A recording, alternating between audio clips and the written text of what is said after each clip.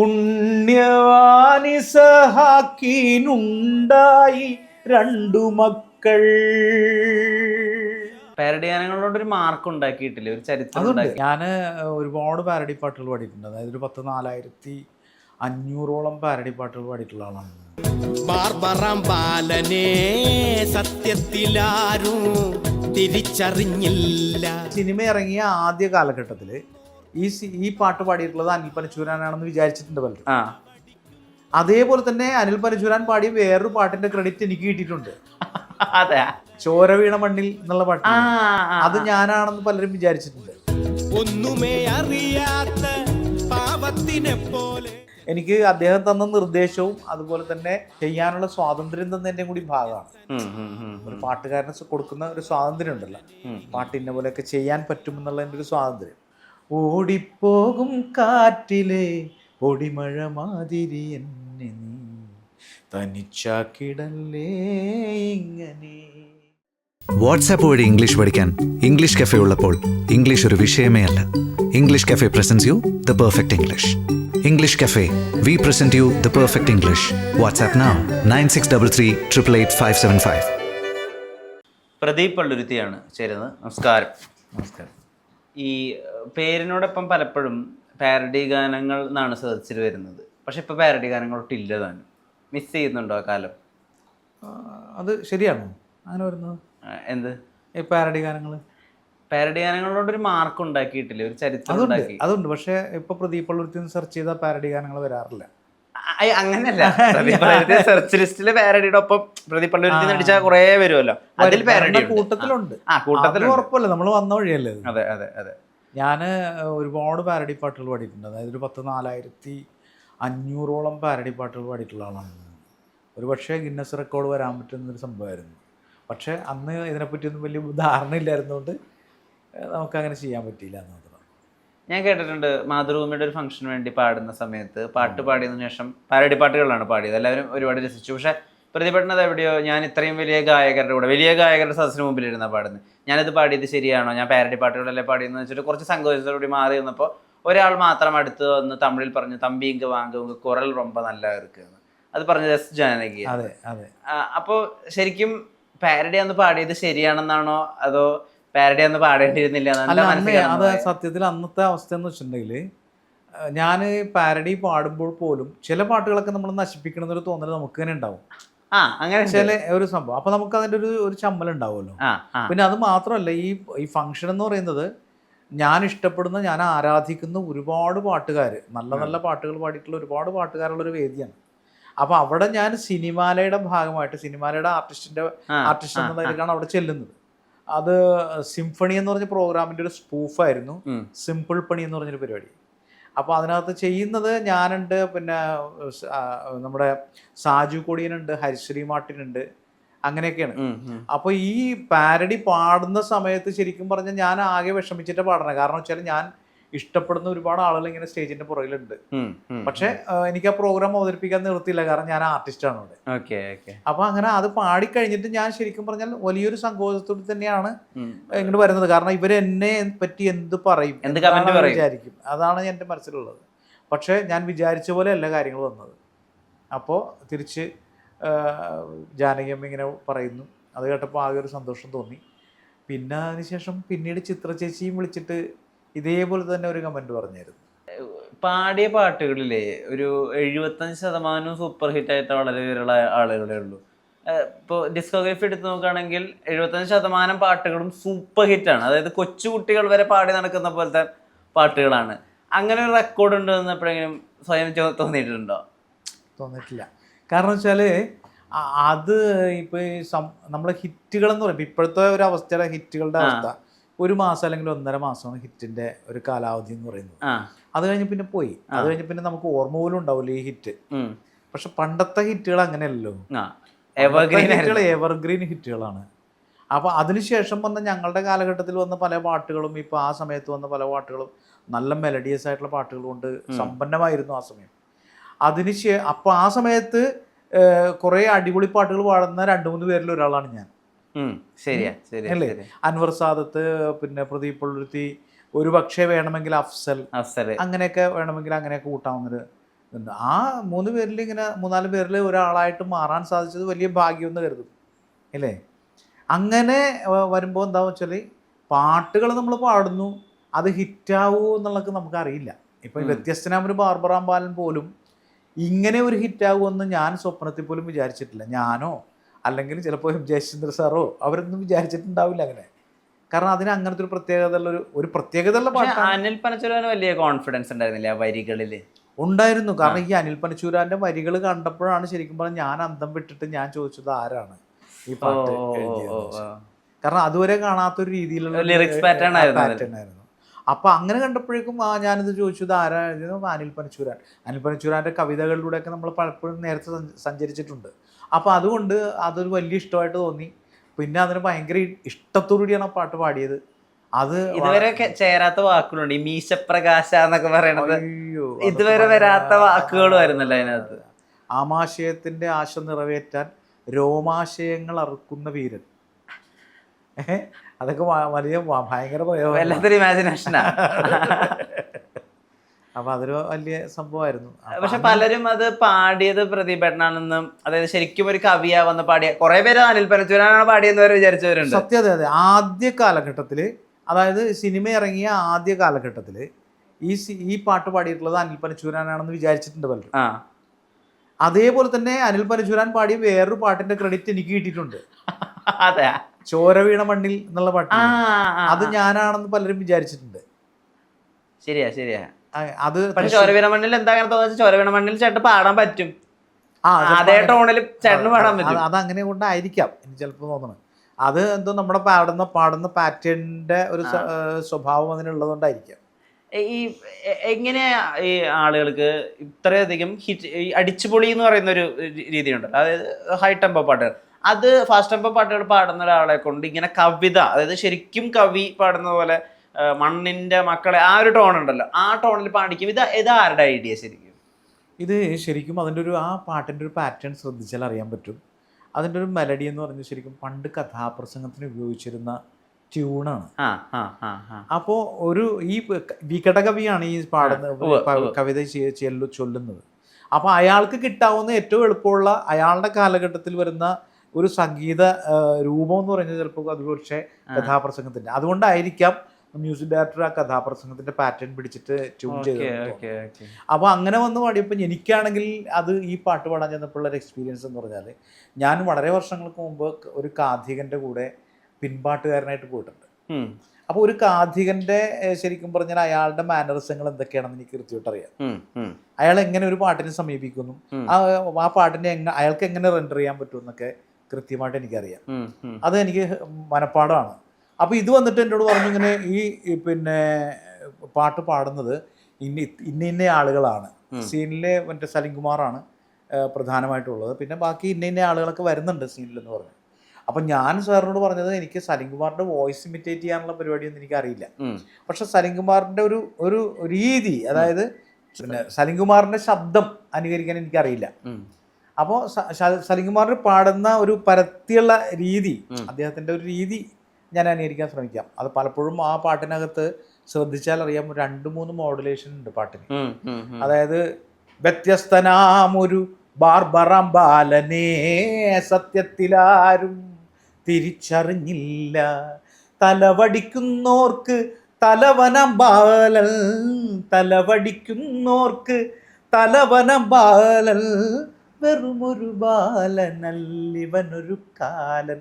അതുപോലെ തന്നെ ആമാശയത്തിൻ്റെ ആശ നിറവേറ്റാൻ രോമാശയങ്ങൾ അറുക്കുന്ന വീരൻ, താരരാജാവിൻ്റെ സ്നേഹിതൻ ബാലൻ, ഈരാറ്റുപേട്ടേന്ന് വേരറ്റ ബാലൻ. അങ്ങനെ കുറേ സ്റ്റൈലിലൂടെ ആ പാട്ട് പോകുന്നുണ്ട്. പല വേരിയേഷൻസ് ഉണ്ട്. ഉണ്ട്. അത് ശരിക്കും പറഞ്ഞാൽ എനിക്ക് അദ്ദേഹം തന്ന നിർദ്ദേശവും അതുപോലെ തന്നെ എനിക്ക് ചെയ്യാനുള്ള സ്വാതന്ത്ര്യം തന്നതിൻ്റെ കൂടി ഭാഗമാണ്. ഒരു പാട്ടുകാരന് കൊടുക്കുന്ന ഒരു സ്വാതന്ത്ര്യം ഉണ്ടല്ലോ, പാട്ടിനെ പോലെയൊക്കെ ചെയ്യാൻ പറ്റുമെന്നുള്ളതിൻ്റെ ഒരു സ്വാതന്ത്ര്യം, അതാണ്. ഈ ഡാറ്റാബേസ് എടുത്ത് നോക്കുന്ന സമയത്ത് ആദ്യ പാട്ടായിട്ട് എഴുതി വെച്ചിട്ടുള്ളത് മിക്സ് ആക്ഷൻ 500 ഒരു പാട്ട് പാടി എന്നുള്ളതാണ്. അത് തന്നെയാണോ സത്യം? പിന്നെ മിമിക്സേഷൻ ഫൈഡറാണ് ഫസ്റ്റ് റെക്കോർഡ് ചെയ്യപ്പെട്ട പാട്ട്, വാസ്തവത്തിൽ റെക്കോർഡ് ചെയ്ത പാട്ടതാണ്. റെക്കോർഡ് ചെയ്യപ്പെട്ട പാട്ട്. പിന്നെ അതിനുശേഷം മിമിക് സൂപ്പർ 1000 ഞാൻ റെക്കോർഡ് ചെയ്തിട്ടുള്ള പാട്ടാണ്. പക്ഷെ അവിടെയൊക്കെ ഞാൻ അതിൽ നിന്ന് മറ്റേ മറുകണ്ഠം ചാടാൻ കാരണം എന്ന് വെച്ചാൽ ഈ പാട്ടിൻ്റെ ഈ സിനിമയുടെ എല്ലാം ടൈറ്റിൽ എഴുതി കാണിക്കുമ്പോൾ ബിജു നാരായണൻ, ചിത്ര, KS ചിത്ര, പ്രദീപ് ബ്രാക്കറ്റിൽ പാരഡി എന്ന് കാണാൻ പറ്റും. അപ്പോൾ അത് എന്നെ ബ്രാൻഡ് ചെയ്യുന്നതിന് തുല്യമാണെന്ന് എനിക്ക് തോന്നിയത് കൊണ്ട് അതിൽ നിന്നൊന്നും ഞാൻ മാറണമല്ലോ എന്തായാലും. അങ്ങനെ മാറിയില്ലെങ്കിൽ പിന്നെ എനിക്ക് രക്ഷപ്പെടാൻ പറ്റില്ല. അതുകൊണ്ടാണ് ഞാനത് ശരിക്കും ഇപ്പോഴും എൻ്റെ ആദ്യത്തെ സിനിമ അതാണെന്ന് പറയാത്തത്.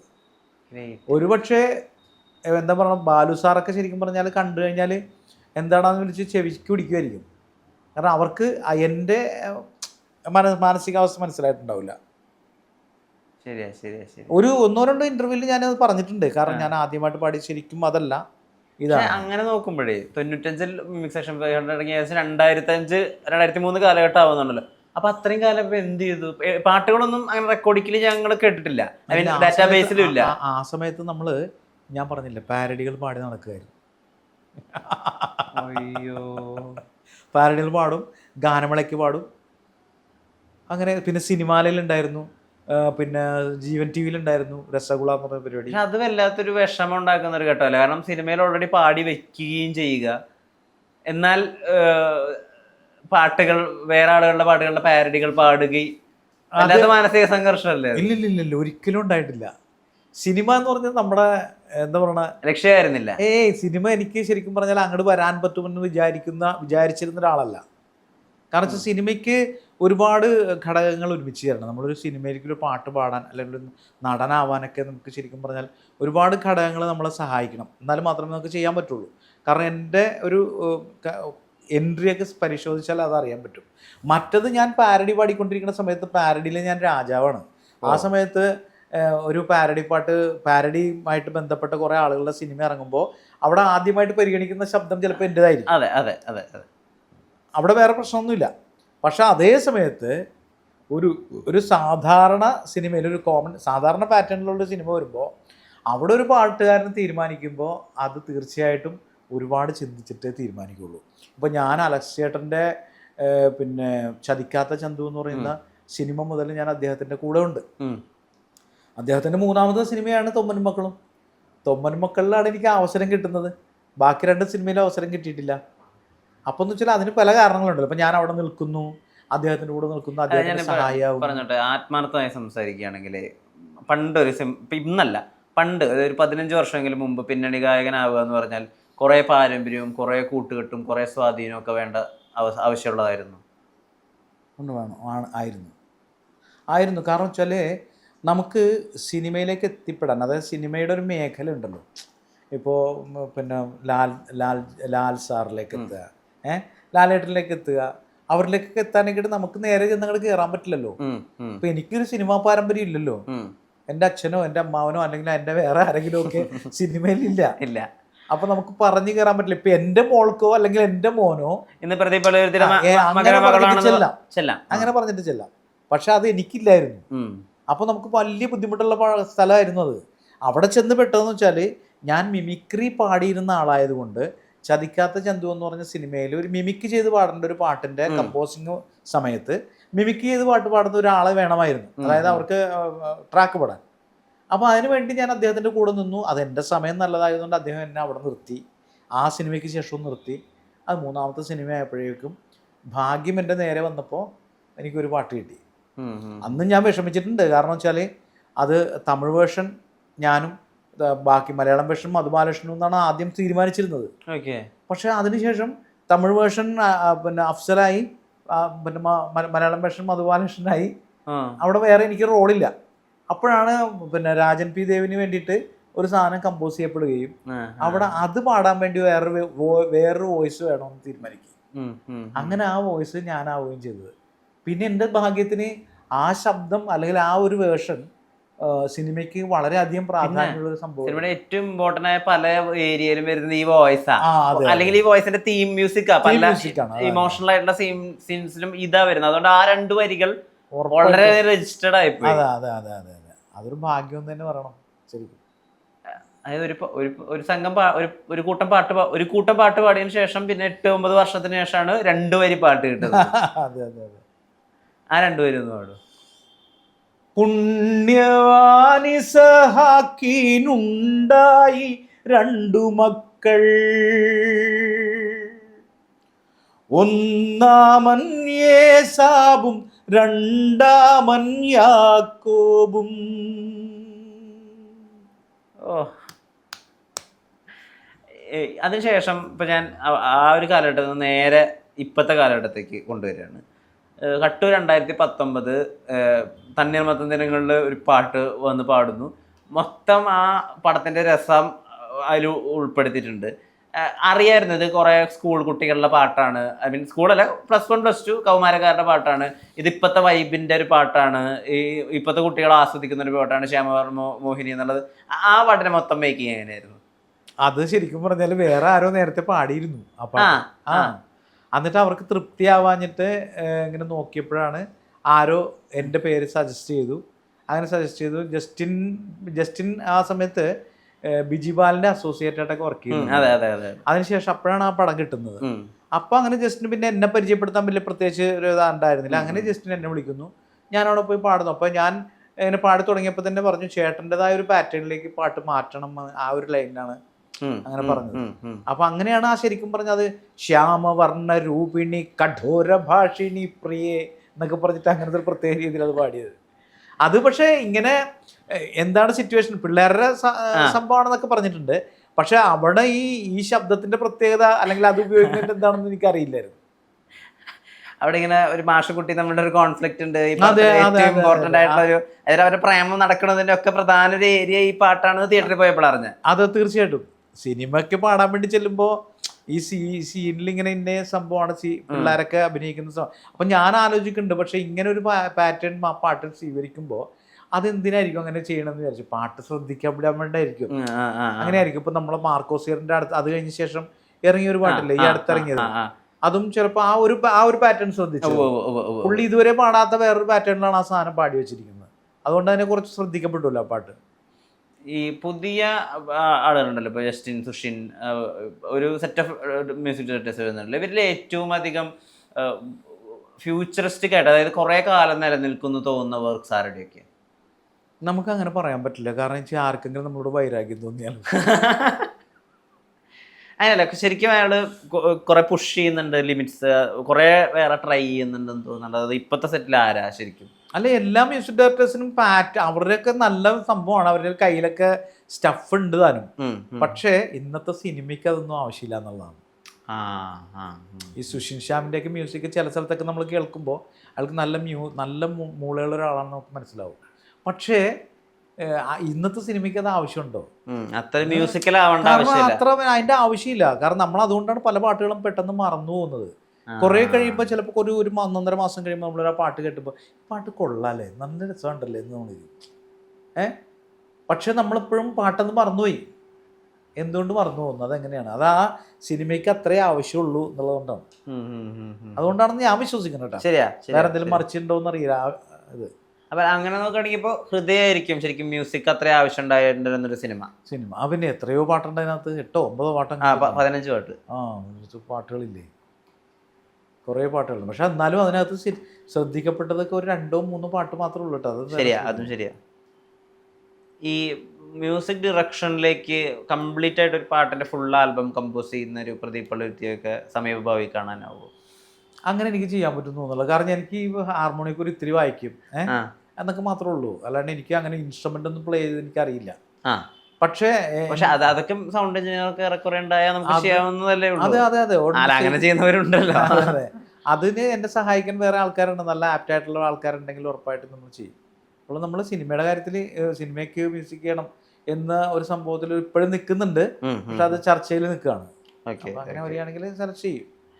ഈ പാണ്ടിമേളം പാട്ട് ലൈഫിലുണ്ടാക്കിയൊരു കുതിച്ചുചാട്ടം ഏത് വിധത്തിലായിരുന്നു? പാണ്ടിമേളം ഒറ്റയ്ക്കൊരു കുതിച്ചുചാട്ടം ഉണ്ടാക്കുകയും അതേപോലെ തന്നെ നമ്മളെ നിലക്ക് നിർത്തുകയും ചെയ്യുന്നൊരു പാട്ടാണ്. അതെങ്ങനെയാണെന്ന് വെച്ചിട്ടുണ്ടെങ്കിൽ പാണ്ടിമേളം ഞാൻ പാടാൻ വേണ്ടി ചെല്ലുമ്പോൾ എനിക്ക് ഒരു പാട്ട് നഷ്ടപ്പെട്ടതിന് ശേഷമാണ് ഞാൻ പാണ്ടിമേളത്തിലേക്ക് എത്തുന്നത്. അതായത് അമ്പലക്കര തെച്ചിക്കാവിൽ പൂരം, ആ പാട്ട് എനിക്ക് നഷ്ടപ്പെട്ട പാട്ടാണ്. അപ്പോൾ അതിന് ശേഷമാണ് ഞാൻ അത് നഷ്ടപ്പെട്ടതുകൊണ്ടാണ് എനിക്ക് പാണ്ടിമേളം കിട്ടുന്നത്. അങ്ങനെയാണ് ഞാൻ വിശ്വസിക്കുന്നത്.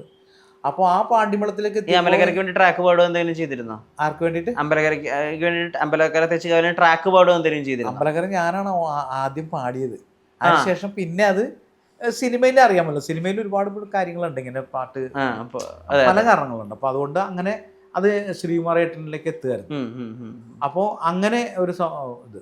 അപ്പോൾ അതിന് നഷ്ടപ്പെട്ടപ്പോൾ ഞാൻ ഈ പറഞ്ഞ പോലെ തന്നെ ഇന്നത്തെ കാലത്ത് പല പാട്ടുകാരും ചെയ്യുന്നത് പോലെ ഒരു പാട്ട് നഷ്ടപ്പെട്ടു എന്ന് പറഞ്ഞ് ആ പാട്ടിൻ്റെ ആളുകളൊക്കെ മുഴുവൻ ചീത്ത പറഞ്ഞിട്ട് നടക്കുക, അങ്ങനത്തെ ആ പരിപാടിയൊന്നും ഞാൻ പോയില്ല. കാരണം വെച്ചാൽ അത് ചെയ്യാൻ പാടില്ല. കാരണം സിനിമയ്ക്ക് ഒരു പാട്ട് നമ്മുടെ ശബ്ദം ആവശ്യമുണ്ടെങ്കിൽ അവരത് വെച്ചിരിക്കും. ഓക്കെ, വേണ്ടാന്നുണ്ടെങ്കിൽ അവർ എടുത്തു കളയും. അത് അവരുടെ, അത് ഡയറക്ടറുടെ എന്താ പറയണ അധികാരമാണ്. അങ്ങനെ അങ്ങനെ പക്വതയോടുകൂടി എടുക്കുകയും ചെയ്തു.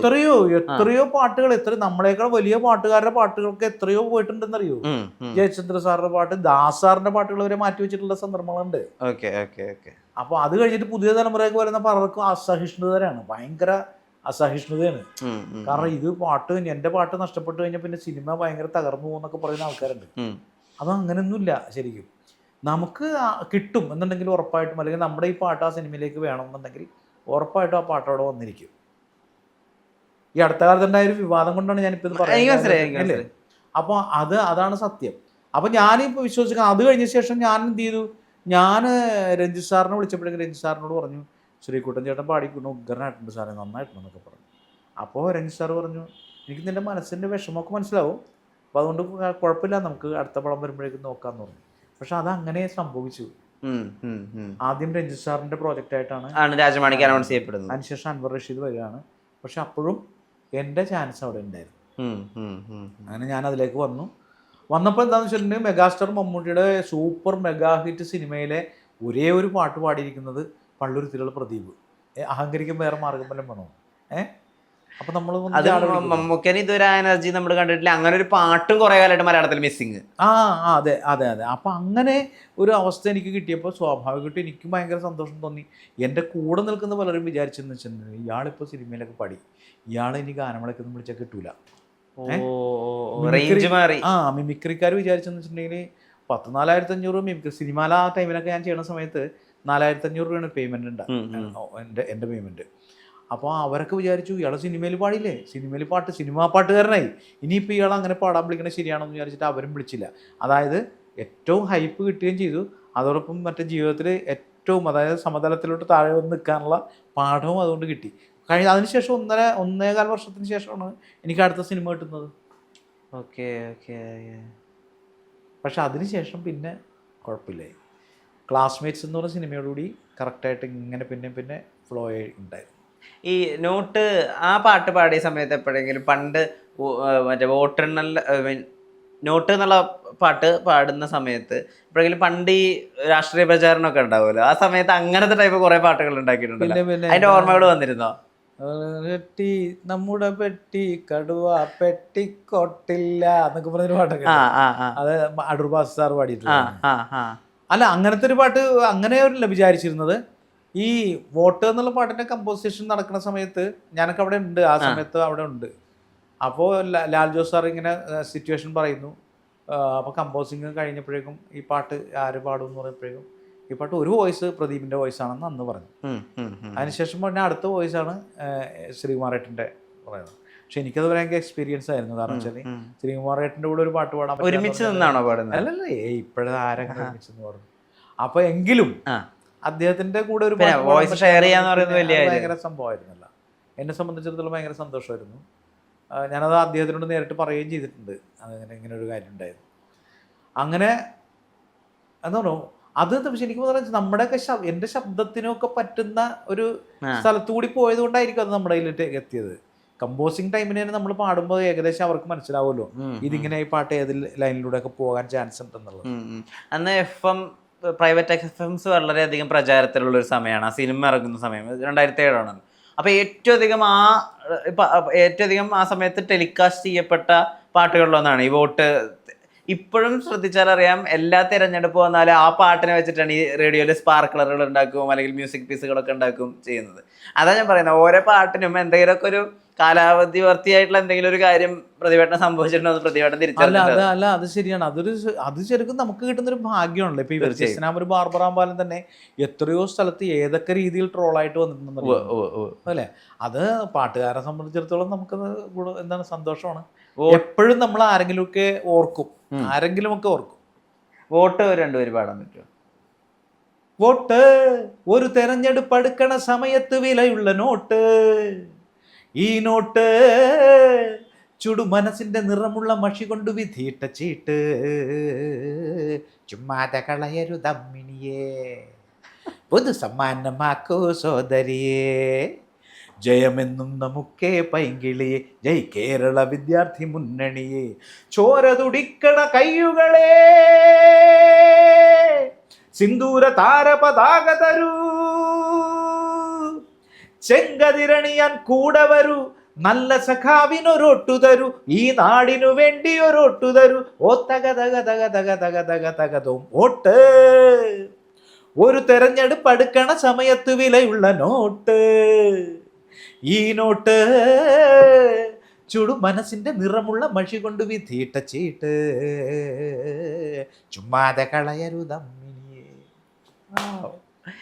ഇപ്പൊ ഈ റീൽസ് കൾച്ചറൊക്കെ ഒരുപാട് വന്നതോടുകൂടിയിട്ട് ഒരു പാട്ട് ഹിറ്റ് ആവണമെങ്കിൽ ഒരു ഹുക്ക് ലൈൻ വേണം, അത് വളരെ ഇമ്പോർട്ടൻ്റ് ആണ്, അത് ഭയങ്കര പ്രഷർ ഉണ്ടാക്കുന്നുണ്ടെന്നൊക്കെ പലപ്പോഴും മ്യൂസിക് സൈഡിൽ വർക്ക് ചെയ്യുന്ന ആളുകൾ പറയാറുണ്ട്.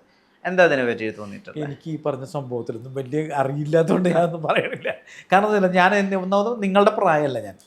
അപ്പം ഞാൻ ശരിക്കും പറഞ്ഞാൽ എൻ്റെ ഒരു പ്രായത്തിനനുസരിച്ച് മാത്രമാണ് ഞാൻ ചിന്തിക്കുന്നത്. അതുകൊണ്ടാണ് ഞാൻ ഈ പഴയ പാട്ടുകൾ എവർഗ്രീൻ എന്നൊക്കെ പറയും. പക്ഷേ ഇതിപ്പോൾ പുതിയ ആൾക്കാർക്ക് ചിലപ്പോൾ ഇഷ്ടപ്പെടണമെന്നില്ല.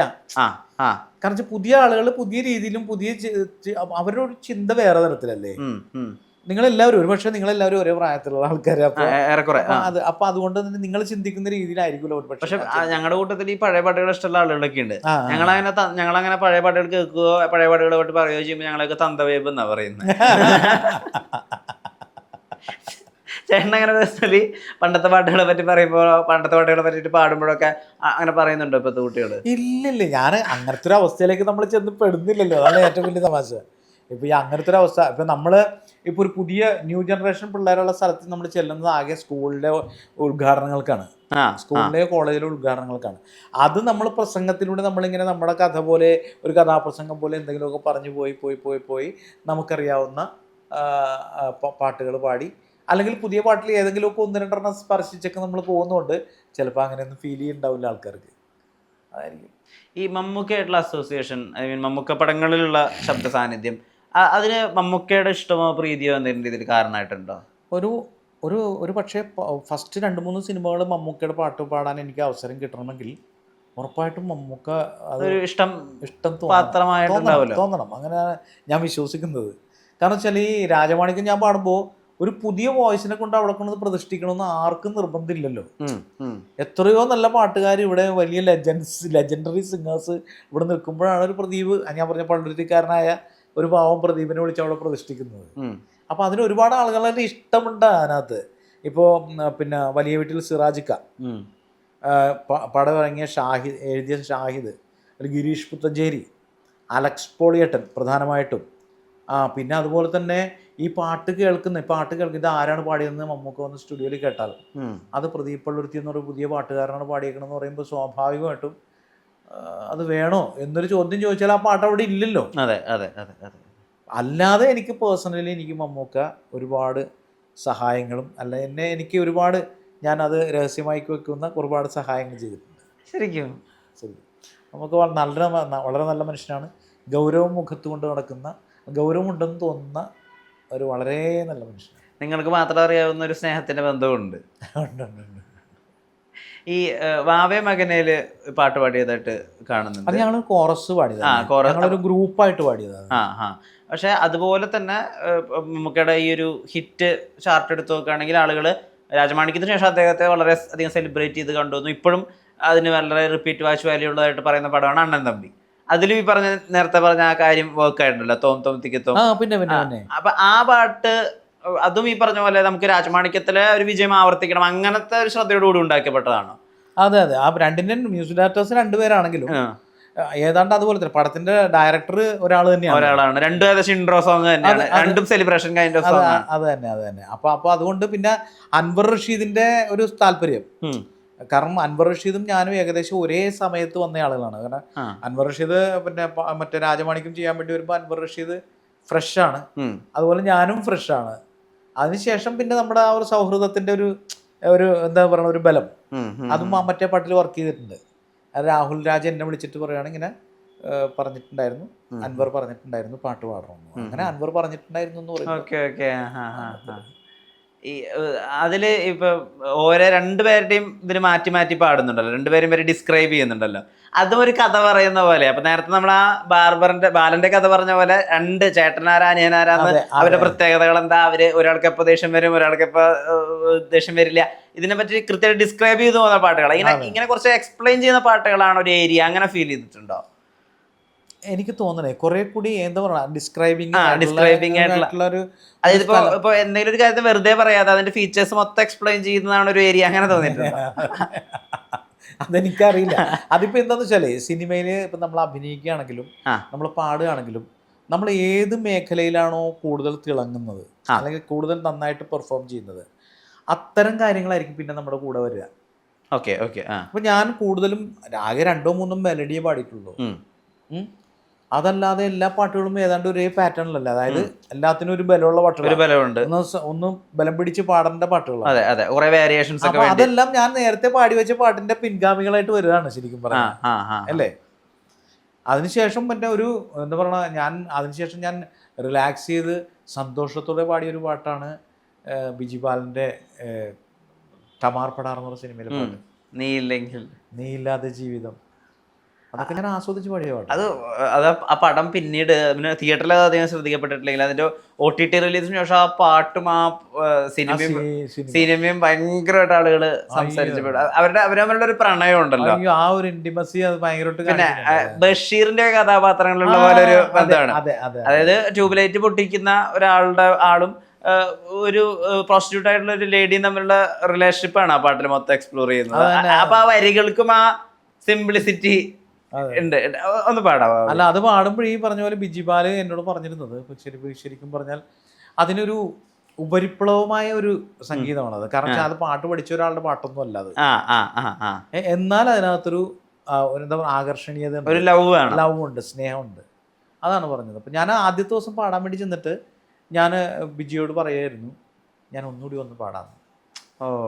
പിറ്റേ ദിവസം ചെന്നിട്ട് വീണ്ടും പാടുമായിരുന്നു. കാരണം എനിക്കത് പാടി തൃപ്തിയായില്ല, അതുകൊണ്ട് ഞാൻ വീണ്ടും ഒന്നുകൂടി ചെന്ന് പാടായിരുന്നു. പക്ഷെ ആ പാട്ട് ഞാൻ ഏറ്റവും ഇഷ്ടപ്പെടുന്ന പാട്ടുകളിലൊന്നാണ്. നീയില്ലാതെ ജീവിതം വേണ്ട പെണ്ണേ വേണ്ട, മറുപകുതിതെന്നും നീയല്ലേ. ഈ അടുത്തിറങ്ങിയ ചാട്ടുളി എന്നുള്ള പടത്തിൽ ഉൾപ്പെടെ പാടി. കള്ളുപാട്ടായിരുന്നു. അതെ, കള്ളുപാട്ടായിരുന്നു. അപ്പോൾ ഇനി അങ്ങോട്ടേക്കുള്ള ജേണിയിലെ ഇപ്പം മ്യൂസിക് ഡയറക്ഷൻ എന്തെങ്കിലും ചെയ്താൽ അല്ലെങ്കിൽ ഒരു അവസരത്തിന് വേണ്ടി കാത്തിരിക്കുകയാണ്, അതിനുവേണ്ടിയുള്ള ഒരുക്കങ്ങൾ നടക്കുന്നു ചോദിക്കുന്നു. ഒരു സംഗീതത്തിനുള്ള ഇതിൽ ഇനി എന്തെങ്കിലും പുതിയത് ട്രൈ ഔട്ട് ചെയ്യാൻ വേണ്ടിയിട്ടൊരു ആഗ്രഹമുണ്ടോ? ഇനി എന്തെങ്കിലും പുതിയത് പഠിക്കാനോ? ഇപ്പോൾ സംഗീതത്തിലുള്ള എല്ലാ ആളുകളും എപ്പോഴും പഠിച്ചുകൊണ്ടിരിക്കുമല്ലോ. എൻ്റെ അറിവിൽ 10ാം ക്ലാസ്സിൽ പഠിക്കുമ്പോഴാണ് അത് കർണാടക സംഗീതം പഠിക്കുന്നത്. അത് ഇപ്പോഴും അങ്ങനെ ആളുകൾ പഠിച്ച് നടക്കുന്നുണ്ടല്ലോ. അങ്ങനെ എന്തെങ്കിലും സംഗീതത്തിൽ കൂടുതൽ എഡ്യൂക്കേറ്റ് ചെയ്യാൻ വേണ്ടിയിട്ട് ആലോചിക്കുന്നുണ്ടോ? നമ്മൾ കണ്ടുമുട്ടുന്ന എല്ലായിടത്തു നിന്നും നമ്മൾ എന്തെങ്കിലുമൊക്കെ കാര്യങ്ങൾ ഗ്രഹിക്കുന്നുണ്ട്. ഞാൻ പറഞ്ഞു, ഇപ്പം നിങ്ങളുമായിട്ട് ഞാൻ സംസാരിച്ചുകൊണ്ടിരിക്കുമ്പോൾ നിങ്ങളൊക്കെ പറയുന്ന ഒരു കാര്യത്തിൽ നിന്ന് എനിക്ക് ഒരുപാട് കാര്യങ്ങൾ കിട്ടുന്നുണ്ട്. അപ്പോൾ ആ വഴി, അതായത് എൻ്റെ കൂട്ടുകാരെല്ലാവരും ഏകദേശം നിങ്ങളുടെ പ്രായമുള്ള കൂട്ടുകാരാണ്. എൻ്റെ പ്രായത്തിലുള്ള കൂട്ടുകാർ എനിക്ക് വളരെ കുറവാണ്. അതെൻ്റെ എന്താ പറയുക പിന്നെ ചൈൽഡ്ഹുഡ് ഫ്രണ്ട്സ് മാത്രമേ ഉള്ളൂ. ബാക്കിയുള്ള എല്ലാവരും മിക്കവാറും നിങ്ങളുടെ, അതായത് 25 മുതൽ ഒരു 30 വയസ്സ് വരെയുള്ള പ്രായമുള്ള 35 വയസ്സ് വരെയുള്ള പ്രായമുള്ള ആളുകളാണ്. അപ്പോൾ അതുകൊണ്ട് എനിക്ക് വേണ്ടി അവരുടെ ഒരു വൈബ് എനിക്ക് എന്താണെന്ന് കൃത്യമായിട്ട് അറിയാം. അവരിൽ നിന്ന് ഒരുപാട് കാര്യങ്ങൾ എനിക്ക് ഇവൻ ശരിക്കും പറഞ്ഞാൽ മൊബൈൽ ഫോണിൻ്റെ തന്നെ കുറേ സാങ്കേതികമായ കാര്യങ്ങളൊന്നും എനിക്ക് അറിയില്ലായിരുന്നു. പക്ഷെ അതെല്ലാം എൻ്റെ ഇവിടുത്തെ സൗണ്ട് എഞ്ചിനീയർ അനുരാജ് അമ്മുണ്ണി എന്ന് പറഞ്ഞ ഒരാളുണ്ട്, അയാൾ ഇതിനെപ്പറ്റിയൊക്കെ നല്ല കാണാൻ ധാരണയുള്ള ആള്. അപ്പോൾ അതുകൊണ്ട് അയാളുടെ അടുത്ത് കുറച്ച് കാര്യങ്ങൾ പഠിക്കാൻ പറ്റുന്നുണ്ട്. മ്യൂസിക്കലി ആണെങ്കിൽ പോലും നമ്മൾ ഇടപെടുന്ന ആളുകൾ ഒരുപാട് പുതിയ പുതിയ പിള്ളേരുണ്ട്, അവർക്ക് പല കാര്യങ്ങളും അറിയാം. അപ്പോൾ അവരുടെ നിന്ന് പലതും നമ്മൾ പഠിച്ചുകൊണ്ടിരിക്കണം. പക്ഷേ നമ്മൾ ഇടയ്ക്ക് എന്തെങ്കിലുമൊക്കെ ഇരുന്ന് പ്രാക്ടീസ് ചെയ്യും. അതല്ലാതെ വേറെ പുതിയതായിട്ട് പഠിക്കാൻ എന്തെങ്കിലും ഉണ്ടെന്ന് വിചാരിക്കുന്നല്ല, ഒരുപാടുണ്ട് പഠിക്കാനായിട്ട്, ഒരുപാടുണ്ട്. നമ്മളൊന്നും ഇനിയും ജീവിതത്തിൽ പഠിച്ച് തീരുമെന്ന് തോന്നുന്നില്ല. അപ്പോൾ അതുകൊണ്ട് ഞാൻ ഇങ്ങനെ മറ്റുള്ളവരുടെ നിന്ന് കിട്ടാവുന്നതൊക്കെ നമ്മൾ സ്വാംശീകരിക്കാൻ ശ്രമിക്കുന്നുണ്ട്. അതല്ലാതെ അതിന് വേണ്ടി വിട്ട് മാത്രമായിട്ട്, കാരണം ജീവിതത്തിൽ നമുക്കിപ്പോൾ, കാരണം നമ്മളൊരു വിദ്യാർത്ഥി ആയിരിക്കുന്ന സമയത്ത് ഒരു മനുഷ്യൻ്റെ ജീവിതത്തിൽ ഏറ്റവും നല്ല കാലഘട്ടം അതാണ്. ആ സമയത്ത് നമുക്ക് ഉത്തരവാദിത്തങ്ങളില്ല, നമുക്ക് പഠിക്കുക, നമ്മുടെ ഒരു കുടുംബം ആകുന്നത് വരെയും നമുക്ക് എങ്ങനെയെങ്കിലുമൊക്കെ ഈ സാധനത്തിൻ്റെ ഏറ്റവും മാക്സിമം ഇതിലേക്ക് പോകാൻ ശ്രമിക്കുക. അതൊക്കെ ആ സമയത്ത് ചെയ്യാൻ പറ്റും. ഒരു കുടുംബമായി ഉത്തരവാദിത്തമായി കഴിഞ്ഞാൽ പിന്നെ മിക്കവാറും പിന്നെ നമ്മൾ കുറേയൊക്കെ കുടുംബത്തിനെയും കൂടി ശ്രദ്ധിക്കണം, ബാക്കി എല്ലാ കാര്യങ്ങളും ശ്രദ്ധിക്കണം. അങ്ങനെ വരുമ്പോൾ നമ്മൾ ചില സ്ഥലത്തൊക്കെ ലോക്കാവും സ്വാഭാവികമായിട്ടും. അല്ലെങ്കിൽ ഈ കുടുംബ ബന്ധങ്ങളൊക്കെ ഇട്ടെറിഞ്ഞു പോകുന്നൊരു മനസ്സുണ്ടാവണം. മനസ്സിലായോ? പല കലാകാരന്മാരും നമ്മൾ ശ്രദ്ധിച്ച് പലപ്പോഴും എക്സെൻട്രിക്കായിട്ട് നമുക്ക് തോന്നും. കാരണം അവർക്ക് കുടുംബത്തിനോട് വലിയ താല്പര്യം ഉണ്ടാവില്ല. അവർ വേറൊരു മേഖലയിൽ വർക്ക് ചെയ്യുന്നവർ അങ്ങനെ ആയിരിക്കും. പക്ഷെ അതല്ല, ഇത് കുടുംബത്തിനെയും കൂടി കൊണ്ടുപോകണം, അല്ലെങ്കിൽ നമ്മുടെ ബന്ധങ്ങൾ കൂടി കൊണ്ടുപോകണം എന്നുണ്ടെന്നുണ്ടെങ്കിൽ നമ്മൾ ചില സ്ഥലത്തൊക്കെ ലോക്കാവും. അങ്ങനെയാണെങ്കിൽ ഇത് മതി, ഇത്ര വരെ മതി എന്ന് നമ്മൾ ലോക്കിടും. ഇപ്പം മലയാള സിനിമാ സംഗീതത്തിനപ്പുറത്തെ ഇപ്പോൾ ഇൻഡിപെൻഡൻറ്റ് മ്യൂസിക് കൂടി ഈ പറഞ്ഞ യങ് ജനറേഷൻ വളരെയധികം സെലിബ്രേറ്റ് ചെയ്യുന്നുണ്ട്. ഇപ്പോൾ റാപ്പേഴ്സ് ആയിട്ടുള്ള ആളുകൾ, ഇപ്പോൾ വേടൻ, ഡാപ്സി, അതുപോലെ തന്നെ ഇപ്പോൾ നീരജ് മാധവൻ്റെ എൻജെ എന്നുള്ള അദ്ദേഹം ഉണ്ടാക്കുന്ന പാട്ടുകളൊക്കെ ആളുകൾ വളരെയധികം സെലിബ്രേറ്റ് ചെയ്യുന്നുണ്ട്. അവർക്കൊക്കെ സെപ്പറേറ്റ് ഷോസ് ഉണ്ട്. തിരുമാലിയൊക്കെ ആളുകളെ ഒരേ പറയാൻ ഒരു രാഷ്ട്രീയം പറയുന്നുണ്ട്, എന്നാൽ ഫണ്ണായിട്ടും ആളുകൾ അവരെ സെലിബ്രേറ്റ് ചെയ്യുന്നുണ്ട്. ഈ ഒരു മാറ്റത്തിനൊരു മ്യൂസിക് റിലേറ്റഡ് ആയിട്ടുള്ള ഒരാൾ, അല്ലെങ്കിൽ മ്യൂസിക്കിനെ എക്സ്പ്ലോർ ചെയ്യാൻ ഉദ്ദേശിക്കുന്ന ആളെന്നുള്ള രീതിയിൽ പ്രതിഭട്ട എങ്ങനെ കാണുന്നത്? ഉഗ്രനൊരു ചോദ്യമാണ്. കാരണം വെച്ചാലേ നമ്മളെപ്പോഴും ഇങ്ങനെ കാലഘട്ടത്തിനനുസരിച്ചിട്ട് നമ്മളിങ്ങനെ ഒന്നുകിൽ നമ്മൾ ടഫായിരിക്കും, അല്ലെങ്കിൽ നമ്മൾ ലൈറ്റർ ആയിക്കൊണ്ടിരിക്കും. രണ്ടിൽ ഏതെങ്കിലും സംഭവിച്ചുകൊണ്ടിരിക്കും. നമ്മളൊരു കാലഘട്ടം നിറച്ച് നോക്കിയാൽ, ശങ്കരാഭരണത്തിൻ്റെ ആ കാലഘട്ടത്തിൽ നോക്കിയാൽ, നമ്മൾ അതിനുശേഷം വന്നിട്ടുള്ള കുറേ പടങ്ങളിലെല്ലാം ഇങ്ങനെ ശരിക്കും ശാസ്ത്രീയ സംഗീതത്തിൻ്റെ ഒരു വല്ലാത്ത മേഖലയിലൂടെ നമ്മൾ പലപ്പോഴും സഞ്ചരിച്ച് പോയിട്ടുണ്ട്. അതിനുശേഷം പിന്നെ വന്നപ്പോഴേക്കും കുറേ കൂടി ലൈറ്ററായി പാട്ടുകൾ, മെലഡിയസ് ആയിട്ടുള്ള കുറേ ലൈറ്റർ സോങ്സ് വന്നു. അത് ജനങ്ങളിലേക്ക് കൂടുതൽ എത്താൻ തുടങ്ങി. പിന്നെ അതിൻ്റെ ആ ഒരു പാറ്റേണിലോട്ട് പോയി. പിന്നെ സിനിമയുടെ ഒരു സാങ്കേതികത മൊത്തത്തിൽ അങ്ങോട്ട് മാറുന്നതിനനുസരിച്ചിട്ട് സംഗീതത്തിൻ്റെ മേഖലയിൽ അതൊക്കെ മാറാൻ തുടങ്ങി. ഇപ്പോഴത്തെ സിനിമയ്ക്ക് ആവശ്യം എന്ന് പറയുന്നത് ഒരു സിറ്റുവേഷനെ എങ്ങനെ എൻഹാൻസ് ചെയ്യാൻ പറ്റും, അതിനെന്താണ് ഉപയോഗിക്കാൻ പറ്റുക. ഇപ്പോഴത്തെ വോയിസുകളാണ്, ശബ്ദങ്ങളാണ് ഈ പറഞ്ഞ ഡബ്സിയുടെയും വേടൻ്റെയൊക്കെ ശബ്ദം. അത് ഉപയോഗിക്കുന്നുണ്ട്, എന്താ കുഴപ്പം? അത് ഉപയോഗിക്കണം. അതിനും പക്ഷെ ഒരു കാലഘട്ടമുണ്ട്. കുറച്ച് നാൾ കഴിയുമ്പോൾ അവർ പോവും, അവരങ്ങ് മാറി നിൽക്കേണ്ടി വരും. അപ്പോൾ വേറെ എന്തെങ്കിലും വരും. അപ്പോൾ നമ്മളെല്ലാത്തിനും സന്തോഷത്തോടെ സ്വീകരിക്കുക. നമുക്ക് ആക്സെപ്റ്റ് ചെയ്യാൻ പറ്റുന്നതിന് നമ്മൾ ആക്സെപ്റ്റ് ചെയ്യുക. അതാണ് എൻ്റെ പോളിസി. ഇപ്പോൾ പല ഗായകരും, അതായത് 90കളിലും 80കളിലും ഉണ്ടായിരുന്ന പല ഗായകരും ചില വലിയ ഗായകരുള്ളത് കാരണം കൊണ്ട് അവരുടെ അവസരങ്ങൾ നന്നേ കുറഞ്ഞു എന്ന് പരാതിപ്പെട്ടിട്ടുണ്ട്. അതിന് ചില ആളുകളുടെ ഇൻഫ്ലുവൻസ് കാരണമാണെന്ന് പേരുൾപ്പെടെ എടുത്ത് പറഞ്ഞ ആളുകളുണ്ട്, പരാതിയായി തന്നെ പറഞ്ഞ ആളുകളുണ്ട്. പക്ഷെ ഇന്നത്തെ കാലഘട്ടത്തിലേക്ക് വരുമ്പോൾ അവസരങ്ങൾ ഒരുപാടുണ്ട്, അത് എത്തേണ്ട ആളുകളിലേക്കാണ് ഏറെക്കുറെയൊക്കെ എത്തുകയും ചെയ്യുന്നത്. പ്രതിഭേട്ടൻ അങ്ങനെ തോന്നിയിട്ടുണ്ടോ? ഈ കാലഘട്ടത്താണ് ഞാൻ യങ് ആയിട്ടുണ്ടായിരുന്നതെങ്കിൽ ഞാൻ കുറേയും കൂടിയൊക്കെ എക്സ്പ്ലോർ ചെയ്യപ്പെട്ടേനെ, അങ്ങനെ തോന്നിയിട്ടുണ്ടോ? ഇല്ല, ഞാൻ എൻ്റെ കാലഘട്ടത്തിൽ നന്നായിട്ട് എക്സ്പ്ലോർ ചെയ്തിട്ടില്ലേ. എനിക്ക് അതുകൊണ്ട് ഒരു നഷ്ടബോധം, എവിടുന്ന് നഷ്ടബോധം? നമുക്ക് ആകെയുള്ള ഇപ്പോഴത്തെ നഷ്ടബോധം എന്നറിയാമോ? ഇപ്പം ഈ 10 മണിയാകുമ്പോൾ പരിപാടി നടത്തണമെന്ന് പറഞ്ഞിട്ട് നിയമമുള്ളതുകൊണ്ട് ഗാനമേളകൾ പറഞ്ഞിട്ടുണ്ട്, അവിടെ ഒരു നഷ്ടബോധമുണ്ട്. അല്ലാണ്ട് എന്ത് നഷ്ടബോധം? കാരണം ഞാൻ പറഞ്ഞു, സിനിമാ പാരമ്പര്യമില്ലാത്തൊരു ഒരു വീട്ടിൽ നിന്ന് ഞാൻ വരുന്നു. അവിടെ നമ്മൾ 136 സിനിമകൾ പാടുന്നു. ഇത്ര സിനിമകൾ പാടാൻ പറ്റുക എന്ന് പറഞ്ഞാൽ ഇന്നത്തെ കാലഘട്ടത്തിൽ വലിയ നമ്പറാണ്. അതെ, വലിയ നമ്പറാണ്. നമുക്ക് മുമ്പിൽ പോയിട്ടുള്ള ആൾക്കാർ ഒരുപാട് 10,000 പാടി വെക്കുമ്പോഴാണ് നമുക്ക് 135 വലിയ കാര്യമായിട്ട് നമ്മൾ പറയുന്നത്. ഇനിയുള്ള ആളുകൾ ചിലപ്പോൾ പറയുമ്പോൾ ഞാൻ 5 സിനിമയിൽ പാടി എന്ന് പറയുന്നത് വലിയ നമ്പറായിട്ട് പറയും. കാരണം എന്താണെന്നറിയോ, ഇവിടെ സിനിമയിൽ പാടാനായിട്ട് ആളുകളുണ്ടെന്ന് ഒരുപാട്. പിന്നെ സിനിമയ്ക്കെന്ന് പറഞ്ഞാൽ ഇപ്പോൾ ഇന്ന ശബ്ദം വേണമെന്ന് യാതൊരു നിർബന്ധമില്ല. ഇപ്പോഴത്തെ കാലഘട്ടത്തിൽ ഇപ്പോൾ വേടനെയും വേണം, ഈ ഡബ്സിയും വേണം, അതുപോലുള്ള ആളുകളെയൊക്കെ വേണം. അപ്പോൾ അവരിപ്പോൾ മാക്സിമം ആളുകൾ ഉപയോഗിച്ചുകൊണ്ടിരിക്കുന്നുണ്ട്. അവരും മലയാള സിനിമ അല്ലെങ്കിൽ സിനിമയെ ഉപയോഗിച്ചുകൊണ്ടിരിക്കുന്നുണ്ട്. ഓ ഓ ഓ. കുറേ കഴിയുമ്പോൾ അങ്ങോട്ട് മാറും, അവർ മാറിയിട്ട് വേറൊരു തലം വരും. ഇനിയിപ്പോൾ ഞാൻ മനസ്സിലാക്കുന്നത് ഇപ്പോൾ സിനിമയിൽ സംഗീതത്തിൻ്റെ അംശം മാറിയിട്ട് റാപ്പ് എന്ന് പറയുന്നത് അതിന് സംഗീതപരമായ പാരമ്പര്യമൊന്നും അവകാശപ്പെടാനുള്ള സംഭവമില്ലല്ലോ. വേണ്ട. കുറേ കഴിയുമ്പോൾ സംഗീതം തന്നെ സിനിമയിൽ നിന്ന് മാറുമെന്നാണ് ഞാൻ വിചാരിക്കുന്നത്. ഞാനങ്ങനെ വിശ്വസിക്കുന്നുണ്ട്. ചിലപ്പോൾ സംഗീതം തന്നെ ഇപ്പോൾ ഇംഗ്ലീഷ് സിനിമകളിൽ മ്യൂസിക് ഇല്ല ഇല്ല ഇല്ല കാരണം ബാക്ക്ഗ്രൗണ്ട് സ്കോർ മാത്രമേ ഉള്ളൂ. അതെ അതെ അതെ. ഇപ്പോൾ വരുന്ന പാട്ടുകാരെ വെച്ച് നോക്കുമ്പോഴും അത് അങ്ങനെ തന്നെ സംഭവിക്കാൻ ചാൻസ് ഉള്ളൂ. ഡബ്സിക്കൊക്കെ ശരിക്കും പറഞ്ഞാൽ അയാളൊക്കെ ആൽബം സോങ്ങുകളിലൂടെ വന്ന ആളല്ലേ. അതെ അതെ അതെ. വേടൻ എങ്ങനെയാണ് വന്നത്? അദ്ദേഹത്തിൻ്റെതായ ക്രിയേഷൻ. അതെ, ആ ക്രിയേഷൻസ് വെച്ചിട്ടല്ലേ പുള്ളി വന്നത്. പിന്നെ അവരും മലയാള സിനിമ യൂസ് ചെയ്യുന്നത് മാത്രമേ ഉള്ളൂ. അതെ അതെ. അവർ മലയാള സിനിമയും ഉപയോഗിക്കുന്നുണ്ട് അല്ലേ. അതാണ് പണ്ടും ഇങ്ങനെയൊക്കെ തന്നെ. പണ്ട് ഗസൽ പാടിയെന്ന് വെച്ചാൽ ഹരിഹരൻ സാറ് ഗസൽ മേഖലയിൽ പുള്ളി മുടിചൂടാമന്നനായിരുന്നു. പക്ഷെ അപ്പോഴും ഹരിഹരൻ സാറിന് ആൾക്കാർക്ക് അത് വലിയ കാര്യമായിട്ട് അറിയില്ല. പക്ഷെ സിനിമയിൽ AR റഹ്മാൻ്റെ കുറേ സിനിമകൾ പാടാൻ തുടങ്ങിയപ്പോൾ ഹരിഹരൻ സാറിൻ്റെ ഇവിടെ ചെന്നു റേഞ്ച് മാറിയില്ലേ. അതൊക്കെ സ്വാഭാവികമായിട്ട് സംഭവിക്കുന്ന കാര്യങ്ങളാണ്. ഇപ്പോഴത്തെ സംഗീതം ശ്രദ്ധിക്കാറുണ്ടോ? ശ്രദ്ധിക്കാറുണ്ടൊന്ന് കേട്ടു പോകാറുണ്ട് കേട്ടോ. എനിക്ക് പലപ്പോഴും അങ്ങനെ കേൾക്കുന്ന പ്ലേലിസ്റ്റിലുണ്ടോ ഇപ്പോഴത്തെ പാട്ടുകൾ? ചിലപ്പോഴൊക്കെ ഗാനമേളയ്ക്ക് നമ്മൾ പാടാൻ നിർബന്ധിതരാകുമല്ലോ. ഈ ഗാനമേളയ്ക്ക് എന്ന് പറഞ്ഞാൽ നമ്മൾ നമ്മുടെ ഇഷ്ടത്തിനുള്ള പാട്ടുകൾ മാത്രം പാടിയാൽ പോരാ, ഓഡിയൻസിന്റെ ഒരു ചോയ്സ് കൂടി നമ്മൾ എടുക്കേണ്ടതായിട്ട് വരും. അപ്പോൾ അതുകൊണ്ട് അന്നൊരു നാളിൽ നിന്നൊക്കെ എനിക്ക് പാടേണ്ടി വന്നിട്ടുണ്ട്. അന്നൊരു നാളിലൊക്കെ പാടാൻ പറ്റുന്നതുകൊണ്ട് പാടുന്നതാണ്. പക്ഷെ എനിക്ക് ചിലതൊന്നും ഇഷ്ടപ്പെടാറില്ല. സത്യത്തിൽ വ്യക്തിപരമായി പറഞ്ഞാൽ ഇഷ്ടപ്പെടാറില്ല. പക്ഷേ എങ്കിലും അത് ചിലപ്പോൾ നിർബന്ധിതരാകും നമ്മൾ പാടാനായിട്ട്. വലിയ SPB ആരാധകനാണെന്ന് കേട്ടിട്ടുണ്ട്. അദ്ദേഹം ലോകത്തെ വിട്ടു പോയ ദിവസം എങ്ങനെയാ വാർത്തയോട് പ്രതികരിച്ചത്? ജീവിതത്തിൽ എന്താണ് നമ്മൾ ഒരുപാട് സങ്കടപ്പെടുന്ന കുറേ ദിവസങ്ങളുണ്ടായി. നമുക്ക് ഏറ്റവും പ്രിയപ്പെട്ട ആളുകൾ നമ്മുടെ വിട്ടു പിരിയുമ്പോൾ ഉണ്ടാകുന്നൊരവസ്ഥ എന്തായിരിക്കും?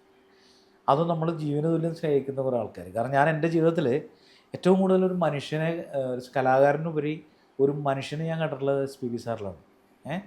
ഞാൻ SPB സാറിൻ്റെ കൂടെ എനിക്കൊരു 5-6 തവണയെങ്കിലും പാടാൻ പറ്റിയിട്ടുണ്ട്. അപ്പോൾ ആദ്യത്തെ തവണ ഞാൻ ഒരു കോറസ് പാട്ടുകാരനായിട്ടാണ് SPB സാറിൻ്റെ അടുത്ത് നിൽക്കുന്നത്. അവിടെ ഞാനൊരു ഫോട്ടോ എടുത്തോട്ടെ സാറിന് ഇപ്പോൾ ചേർത്ത് പിടിച്ചൊരു ഇതുണ്ട്. അത് മനസ്സിൽ നിന്ന് മായാത്തൊരു പിക്ചറാണ്. അപ്പോൾ അത്രത്തോളം എനിക്ക് SPB സാറിന് ഭയങ്കര ഇഷ്ടമായിരുന്നു. എൻ്റെ അച്ഛനെയും അമ്മയും ഒക്കെ ഇഷ്ടമുള്ള പോലെ തന്നെ എനിക്കിഷ്ടമുള്ള ഒരാളായിരുന്നു SPB സാർ. അദ്ദേഹത്തിൻ്റെ പാട്ടാണ് ഞാൻ ആദ്യമായിട്ട് ഗാനമേളയ്ക്ക് പാടുന്നത്. അതായത് തമിഴ് സിംഗറായിട്ട് ഞാൻ ഇൻട്രൊഡ്യൂസ് ചെയ്യപ്പെടുമ്പോൾ അദ്ദേഹത്തിൻ്റെ പാട്ടാണ് പാടുന്നത്. പനി വീഴും മലർവനം ഉൻ പാർവൈ ഒരു വരം, പനി വീഴും മലർവനം ഉൻ പാർവൈ ഒരു വരം, ഇനി വരും മുനി വരും തടുമാറും കനിമരം, ഇനി വരും മുനി വരും തടുമാറും കനിമരം. ഈ പാട്ടാണ് ഞാൻ ആദ്യമായിട്ട് പാടുന്നത്. അങ്ങനെ പിന്നെ സാറിൻ്റെ പാട്ടുകളാണ് ഏറ്റവും കൂടുതൽ ഗാനമേളയ്ക്ക് പാടിയിട്ടുള്ളത്. അടിപൊളി പാട്ടുകളായാലും ഒക്കെ സാറിൻ്റെ പാട്ടുകൾ. അപ്പോൾ ആ ദിവസം ശരിക്കും പറഞ്ഞാൽ അതിപ്പോഴും നമ്മൾക്ക് ഓർക്കുമ്പോൾ ഒരു വിഷമം തോന്നുന്നത് എന്തുകൊണ്ടാണെന്ന് വെച്ചാൽ അത്ര ഇഷ്ടമുള്ളതുകൊണ്ട്. ഒരിക്കലും ഒരു ഗായകൻ എന്നുള്ള നിലയ്ക്ക്, അല്ലെങ്കിൽ ഇത്രയും വലിയ ഗായകൻ എന്നുള്ള നിലയ്ക്ക് ഒരു ഭാരം തലയിലേറ്റിയതാണ് ഒരു മനുഷ്യനെ ആയിരുന്നില്ല എന്ന് കേട്ടിട്ടുണ്ട്. ഒരു മനുഷ്യൻ എന്ന് പറഞ്ഞാൽ അതാണ്. നമ്മൾ പലപ്പോഴും പല പാട്ടുകാരും അങ്ങനെയാണ് ഇങ്ങനെയാണ് ജാടയാണ് ഭയങ്കര പ്രശ്നമാണെന്നൊക്കെ നമ്മൾ കേൾക്കൂലേ. അപ്പോഴും നമ്മൾ കാണും. ഞാനൊരു അനുഭവം പറയട്ടെ. ദുബൈയിലൊരു ഷോയ്ക്ക് വേണ്ടിയിട്ട് പിന്നെ ഞങ്ങൾ ഫ്ലൈറ്റിൽ ലാൻഡ് ചെയ്തു. അവിടെ ഞങ്ങൾ ചെന്നിട്ട് ഏകദേശം ഒരു 3/4 മണിക്കൂറിലധികം ഞങ്ങളവിടെ എയർപോർട്ടിൽ വെയിറ്റ് ചെയ്യേണ്ടതായിട്ട് വന്നു. അപ്പോൾ ഞങ്ങളാകെ ടെമ്പറായി. സംഘാടകർക്കൊരു ഉത്തരവാദിത്വം ഇല്ല, മറ്റന്നാണ് മറിച്ചാന്നൊക്കെ പറഞ്ഞ് ഞങ്ങളങ്ങനെ പറയാണ്. എന്നിട്ട് നമ്മൾ സംഘാടകർ വന്നപ്പോഴേക്കും എന്താ നിങ്ങളിങ്ങനെ ഞങ്ങളെയൊക്കെ ഇവിടെ നിർത്തി ബുദ്ധിമുട്ടിക്കുകയാണോ എന്ന് ചോദിച്ചപ്പോൾ അവർ പറഞ്ഞു സോറി, ട്രാഫിക്ക് ഭയങ്കര, ചില സമയത്ത് ഭയങ്കരമായിട്ട് ഭീകര ട്രാഫിക്ക്. പറഞ്ഞു സോറി, എന്തായാലും ക്ഷമിക്കണം. ഒരു കാര്യമുണ്ട്, SPB സാർ 2 മണിക്കൂറായിട്ട് അവിടെ വെയിറ്റ് ചെയ്യണം. അപ്പോൾ സാർ ഇത് കേട്ടപ്പോൾ നമ്മളാകെ തകർന്നു പോയി. SPB സാർ 2 മണിക്കൂർ വെയിറ്റ് ചെയ്യാം, നമുക്ക് 3/4 മണിക്കൂർ വെയിറ്റ് ചെയ്തപ്പോൾ നമ്മുടെ ഈഗോ ഹേർട്ടായി. മനസ്സിലായോ? അതാണ് നമ്മൾ കാണിച്ചതുപോലെ അല്ല അദ്ദേഹം അവരെ കണ്ടപ്പോൾ കാണിച്ചത്. നമ്മൾ പഠിക്കേണ്ടതാണ് അങ്ങനെ കുറേ കാര്യങ്ങൾ. അവിടെ നിന്നൊക്കെയാണ് നമ്മൾ തിരിച്ചറിവുണ്ടാവുന്നത് നമ്മളൊന്നുമല്ല. ഇന്ററാക്ട് ചെയ്യാനും സംസാരിക്കാനൊക്കെ ഒരുപാട് അവസരം കിട്ടിയിട്ടുണ്ട്. 2-3 തവണ ഞാൻ സംസാരിച്ചിട്ടുണ്ട്. പാലക്കാട് പ്രോഗ്രാമിൻ്റെ ഇടയ്ക്ക് സംസാരിച്ചിട്ടുണ്ട്. പക്ഷേ എനിക്കെന്താണെന്ന് വെച്ചാൽ പുള്ളിയുടെ അടുത്ത് ചെല്ലുമ്പോൾ മമ്മൂക്കയുടെ അടുത്ത് ചെല്ലുന്ന പോലെ തന്നെയാണ്. മമ്മൂക്കയുടെ അടുത്ത് ഞാൻ ഒരുപാട് ഇങ്ങനെ അടുത്ത് ചെല്ലാറില്ല. കാരണം അവരൊക്കെ നമുക്ക് എത്തപ്പെടാൻ പറ്റാത്ത അത്രയും അകലെ നിൽക്കുന്ന ഒരാൾക്കാരാണ് എന്ന് അത് കിടക്കുന്നു. ആരാധനയും ബഹുമാനമൊക്കെ ഉള്ളിൽ കിടക്കുന്നതുകൊണ്ട് നമ്മൾ അങ്ങോട്ട് കയറി ഇടിച്ച് കയറി കയ്യെ പിടിച്ച് പറയാനൊന്നും പറ്റില്ല. അവിടെ ചെന്ന് ഇങ്ങനെ അഡ്ജസ്റ്റ് ചെയ്തൊക്കെ നിന്ന് സംസാരിക്കലൊക്കെ ഉള്ളൂ. ഏറ്റവും അധികം ഇപ്പോഴും അദ്ദേഹത്തെ ഓർക്കാൻ കേൾക്കുന്ന പാട്ട് ഏതാ SP? ഞാൻ ഗാനമേളയ്ക്ക് നേരത്തെയൊക്കെ ഒരു ഇൻട്രൊഡക്ഷൻ സോങ് ആയിട്ട് എപ്പോഴും മിക്കവാറും പാടുന്നൊരു പാട്ടുണ്ടായിരുന്നു. പച്ചമലപ്പൂവ് നീ ഉച്ചിമലത്തേന് കുത്തം കുറേത് നീ നന്ദവനത്തേര് അഴകെ പൊന്നുമണി ചിരിച്ച വെള്ളിമണി കിളിയെ കണ്ണുറങ്ക് ദൂരെ ദൂരെ പച്ചമലപ്പൂവ് നീ ഉച്ചിമലത്തേന് കുത്തം കുറേത് നീ നന്ദവനത്തേര്. പ്രതിയുടെ കണ്ണിലെ നനവിന് അദ്ദേഹത്തിനോടുള്ള ബഹുമാനത്തിന് വിലയുണ്ടെന്ന് ഞാൻ വിചാരിക്കുന്നത്. എവിടെയെങ്കിലും ഇരുന്നുകൊണ്ട് ഈ ആരാധകനെ അദ്ദേഹം കാണട്ടെ. ഒരുപാട് സെലിബ്രേറ്റ് ചെയ്യപ്പെട്ട പാട്ടുകളുണ്ട്. അപ്പുറത്ത് കുറേയും കൂടി ഇനിയും ആളുകൾ ഐഡൻറ്റിഫൈ ചെയ്യേണ്ട തമർപ്പടാറുള്ള പോലെ പാട്ടുകളുണ്ട്. ഇനിയും ഒരുപാട് വരാനുണ്ടെന്ന് അറിയാം. കാരണം കുറേ വോയിസ് വെച്ച് കുറേ ജഗിൾ ചെയ്യാനൊക്കെ ഉള്ള കഴിവ് കാരണം എപ്പോഴും ആളുകൾക്ക് യൂസ് ചെയ്യാൻ പറ്റുന്ന ഒരു ടാലൻ്റ് ആയിട്ടാണ് ഏട്ടനെ ഫീൽ ചെയ്തിട്ടുള്ളത്. ഡെഫിനറ്റ്ലി അത് ഇനിയുള്ള മ്യൂസിക് ഡയറക്ടേഴ്സും കാണട്ടെ. Thank you. വളരെ അതായത് എനിക്ക് സാധാരണ ഇൻ്റർവ്യൂവിൽ ഞാനിപ്പോൾ നിങ്ങൾ ഇൻ്റർവ്യൂ ചെയ്യണമെന്ന് പറഞ്ഞപ്പോഴും ഞാൻ വിചാരിച്ചത് സാധാരണ ക്ലീഷേ കുറച്ച് ചോദ്യങ്ങളായിരിക്കും വരിക എന്നാണ് ഞാൻ വിചാരിച്ചത്.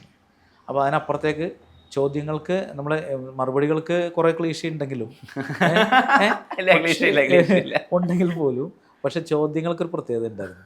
അപ്പോൾ അതുകൊണ്ട് തന്നെ എനിക്ക് കുറച്ചുകൂടി ഒന്ന് മാറി ചിന്തിക്കാനും മാറി പറയാനും പറ്റി. അതല്ലെങ്കിൽ എല്ലാ ഇൻ്റർവ്യൂ ഒരുപോലെ തന്നെ. ഒരുപാട് നന്ദി. നേരത്തിന് ഉത്സവമാണെന്നറിയാം, തിരക്കിലാണെന്നറിയാം, അവിടേക്ക് കൂടെ എത്താൻ തിരക്കുണ്ട്. ഇനിയും അവിടെ നിന്ന് വേരിയേഷൻസ് ഉള്ള സോങ്സ് കേൾക്കാൻ പറ്റട്ടെ. ഒരുപാട് നന്ദി. നമസ്കാരം. Thank you very much.